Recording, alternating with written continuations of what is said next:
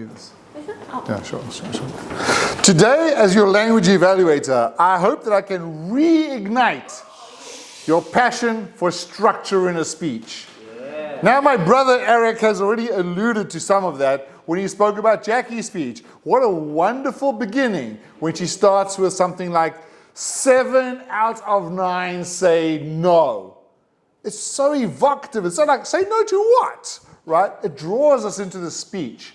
And so finding those powerful statements in the beginning of a speech is very good. For example, Jenny had a wonderful beginning. She said, this project is very complicated and very difficult. She doesn't tell us what the project is in the beginning. She leaves the mystery lingering for just a little while. And it ignites this flame inside our heart. What project? What project? And we're thinking it's a work project. And all of a sudden it's a wedding. Good job, Jenny. Good job, good job. But you don't even need language to have a good beginning. You could follow Jenny's evaluator, Alice. Dun, dun, dun, dun, dun, dun, dun, dun.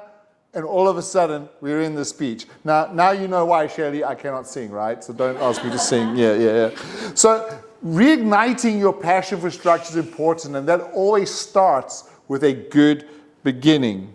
The second thing I want to look at is actually structure within the speech itself. Both Jackie and Jenny used the 1, 2, 3 structure, where Jenny said first, second, third. Jackie also said when you're negotiating, first, second, third. And they both had their points. Jenny on planning her wedding and the difficulties therein, and Jackie on how we approach negotiation. However, I also heard some wonderful threefold structures in Joyce's speech, but I don't really know what she was saying after that. But I liked it when she said, "Wo mating Jen, yeah, mating Jen." It's like 3, right? It's this idea of repeating something and it draws us in. If she just said, "Wo mating Jen, blah, blah, blah, wo mating Jen, blah, blah, blah," and carried on, we wouldn't listen. But there's something about the magic of 3 and the way she presented that. It adds structure to your speech, both in English and Chinese. So finding these rhetorical devices and applying them in your speech will draw people into it. The next thing I do want to talk about is contrasting in speech. It's always good to contrast ideas. And Jenny's it was very tiring, but very rewarding. I'm sure it was. She got a baby. But weddings are always rewarding, right, Jenny? You know, I was at that wedding. It was a great wedding, by the way. But that's a very good contrast, right? There's the negative, but the positive, or the positive, but the negative. We also had Jackie doing contrast. She didn't do but she's not looking for a perfect client, looking for a responsible client. That's very, very good contrast. And even eating over here, Chloe over there, she used some wonderful contrast structure. Even though I was standing on the stage doing a lot of hosting, but it wasn't in English.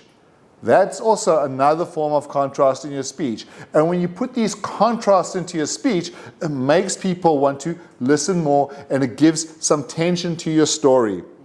The next thing I would like to focus on is evocative language. Jenny's was great. We are very superstitious. You know, Taiwanese people, we are very superstitious. We had to go to the fortune teller, right? Evocative, superstitious about what?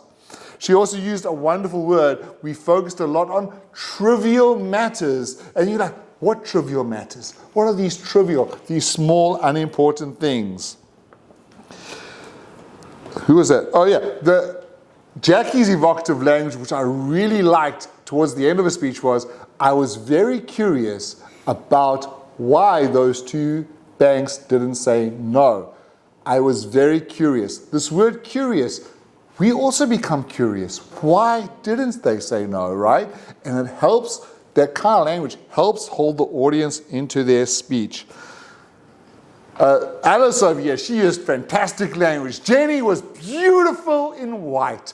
I guarantee you she was beautiful in white because I was there on that stage. But that kind of imagery that you create with those kinds of adjectives, beautiful in white, it draws people in. It paints the picture in their mind. Chloe Chen over here, She said, if someone believes in me, no matter what happens, and you're like, well, what happened? What happened? You want to know. It's evocative language. So the things I've mentioned today, good beginnings, having some set structures within your speech, using contrast, and finding ways to use evocative language will all help your audience stay involved in your speech. And I hope this language evaluation has helped reignite your passion for structure. General Evaluator.